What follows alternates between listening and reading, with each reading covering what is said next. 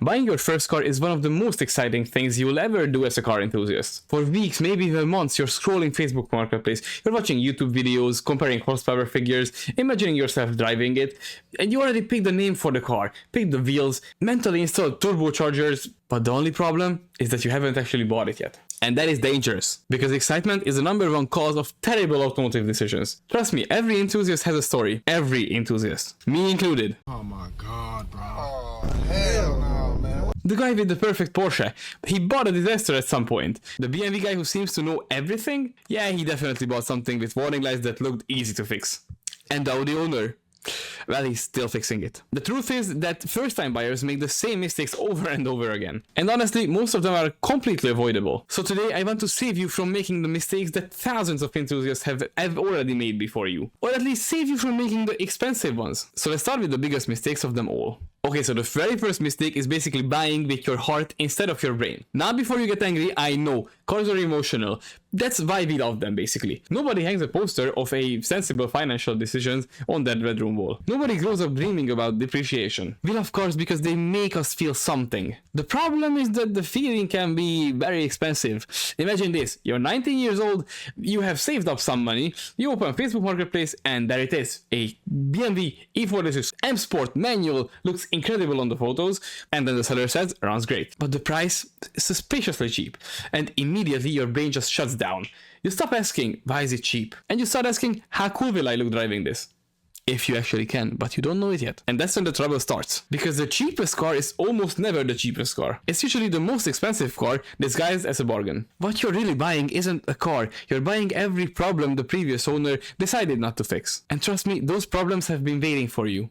Enthusiasts often joke that there's nothing more expensive than a cheap German car. And honestly, that's not a joke. That's a warning. Trust me, I had 5. Okay, mistake #2 is basically just spending your entire budget on the purchase. This one usually destroys more first-time buyers than almost anything else. Let's say you have like 5,000 euros. Most people immediately start looking for 5,000 euro cars, which sounds logical, but it isn't. Because cars don't stop costing money after you buy them. In fact, that's usually when the spending begins. You buy the car.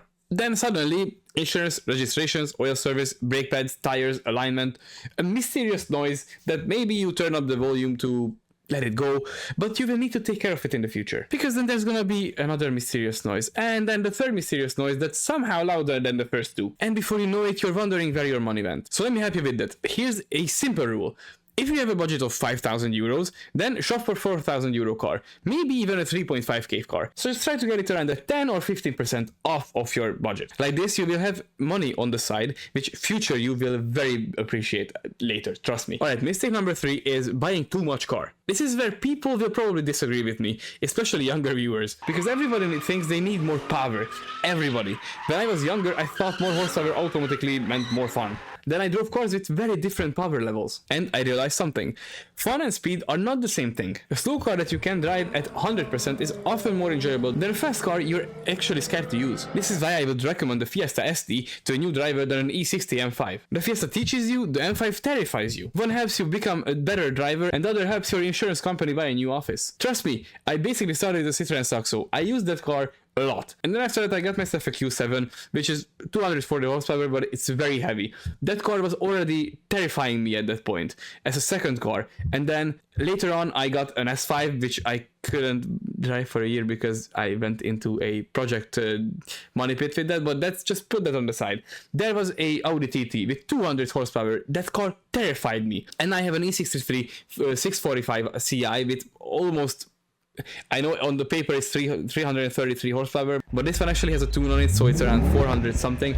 That car, it doesn't terrify me. It basically, I'm scared to look at it. Still, and I have a license for 6 years now. You need to start somewhere, not at 500 horsepower, but a 150, 200 horsepower is way more than enough for you. That's why I say you don't need a 500 horsepower car as your first car. You need a car that teaches you confidence. One that teaches you momentum, car control, mechanical sympathy, and preferably one that doesn't actively try to kill you when it rains. Alright, now this one is kind of boring, but Mistake 4 is basically ignoring service history. This is the least exciting thing in the world, as I just said, and somehow one of the most important.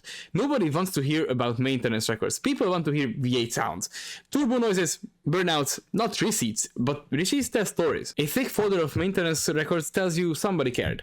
A seller who can explain what was repaired, when it was repaired, and why was it repaired is a very good sign. And a seller who says basically, I don't know bro, it just works, that's good. But also there are exceptions, because I sold two cars already and I was servicing it and I knew everything, but I also had pictures. I had pictures of the picture documentation, basically, of the service history, the timing change, everything. So you don't necessarily need the documentations if you at least have pictures or something that can somehow be a proof of just taking care of a car. But this is why sometimes I would rather buy a 250,000 kilometer car with perfect service history, or at least with pictures, than a 120,000 kilometer car with none.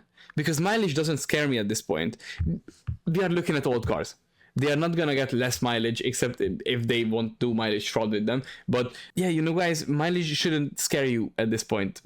Neglect should. Alright, now this one you might disagree with me, and I actually bought two cars like this that were somebody else's project, but there's no but, they were very hard. My E46 is actually a project car, like, or a once project car was, that you should see it. So it's not a good sign, but if it's very cheap, you probably can go for it, but you need to know that you're gonna spend a lot of money on it. You need to make a spending sheet how much you have for it, but because as a first car, you shouldn't do it. It's not just gonna be 4 wheels and I don't know, like an air filter, and the car is good to go, but it's gonna be very in-depth usually. So yeah, this is why this part should actually deserves its own documentary, maybe a whole video for this one, but let me try to make it in short for you. So you find a modified car, basically. The listing looks amazing, coilovers, big wheels, exhaust, tune, everything is done.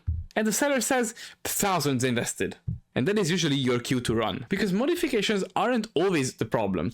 Bad modifications are. And unfortunately there's a lot of bad modifications. Nothing strikes fear into an enthusiast's heart quite like seeing electrical wiring held together by hope and zip ties. You don't know who installed the parts, if they knew what they were doing, or what corners were cut. For your first car, stock is definitely the way to go for. You can learn the platform, you can modify it later. Just trust me, you'll have plenty of opportunities to make questionable decisions in the future. Okay, mistake number 6 is also quite a boring part that you can do. It's basically just not researching common problems. But you know, Google takes you 5 minutes to check the actual problems that kind of series have, but you just don't want to do it. But you need to know that every car has weaknesses, every single one. Trust me, the perfect car doesn't exist. An E46 has cooling system issues and rust concerns a lot. A TT has model-specific engine concerns depending on generation, an old Mercedes has its own quirks, and the Alfa Romeo has several exciting personality traits. And the internet already knows about these problems. Thousands of owners have documented them. Use that information. Just spend one evening researching before you buy. That will save you thousands. And yet people still buy cars and research later, which is a terrible strategy. Right now, this one might be the worst thing to do. Honestly, you shouldn't even look in the mirror after you do this. Basically, if you buy your car for other people, that is just... yeah, back then, it took me years to understand, honestly. You should always buy a car that you like, not one that your friends like, or social media likes, or strangers online approve of. Because no matter what you buy, someone will definitely hate it. Buy a BMW, someone says it's unreliable. Buy a Honda, someone says it's boring. Buy an Audi, someone says it's expensive. Or buy an Alfa, and someone asks if it made it home. He is probably gonna be right, but still, anyone is gonna hate on your car. There is always gonna be somebody to hate on you. You literally cannot win. So stop trying, buy the car that makes you excited. Because you are the one who's gonna be driving it, not the comment section. Okay, mistake number 8 is basically just underestimating running costs. The purchase price is just an entry ticket. The real game starts afterwards. I hope you know that a 5,000 BMW is not the same as a 5,000 Honda. Not even close. Fuel, insurance, tires, maintenance, parts, everything adds up. And first time buyers often focus only on the sticker price. The smartest enthusiasts look at ownership cost, because owning a car is a marathon, not a sprint. Alright, probably mistake number 9 is the one that everyone knows. Just don't rush the purchase. This is probably the most important lesson in the entire video. The right car is worth waiting for. I know it's hard, it's very hard, trust me, I know. Because you're excited, you want a car now, but trust me, there will always be another listing. Another BMW, another Audi, Mustang, Golf, whatever you are looking for. The market doesn't run out of cars overnight, but good decisions often disappear the moment emotions take over. Just take your time, inspect properly, bring someone knowledgeable if possible, maybe a friend who's a mechanic or your mechanic if you're very good with him. Just don't afraid to get help. And just remember, walking away is free. You don't need to buy something if you look at it. If you will feel that way, then just know that repairing a bad purchase usually isn't free. Also, if I can just give you one tip in this kind of part, don't usually look at marketplace. You can look at marketplace also, but just go into forums. If you're looking for a, let's say a S3 Audi or like E46, it doesn't matter, the car, just go into a club or forum on Facebook maybe, and then just make a post. Maybe somebody has one that they don't want to sell, but because you just did a post, maybe they were like, all right, let me think about it, and maybe you can get a very clean example. This is how I got actually 4 of my cars out of 5. They were never advertised, and they were a very, very good deal in most cases. Okay, so here's the funny thing. Your first car probably won't be perfect, that's for sure. Mine wasn't, yours won't be either, and honestly, that's okay, because every enthusiast has made mistakes. That's part of the journey. The goal isn't finding the perfect car, the goal is finding a car that teaches you something. Maybe it teaches you maintenance, or it teaches you driving, or teaches you why buying the cheapest example was a terrible idea. Whatever happens, you will learn. And years from now, when you're driving your dream car, you'll probably look back and smile at the mistakes you made along the way. Because that's how enthusiasts are created. One questionable purchase at a time. But now I'm curious, what was your first car? And what was the biggest mistakes you ever made buying a car? Let me know in the comment sections down below. And if you enjoyed the video, please make sure to smash that like button and also subscribe so you won't miss the next automotive video and you can help me grow the channel with this. And if you're currently shopping for your first car, good luck. And just remember, if the seller says it only needs a few small things, turn around and start running. Just drive very safe, stay very positive, and I will see you in the next one. Bye bye.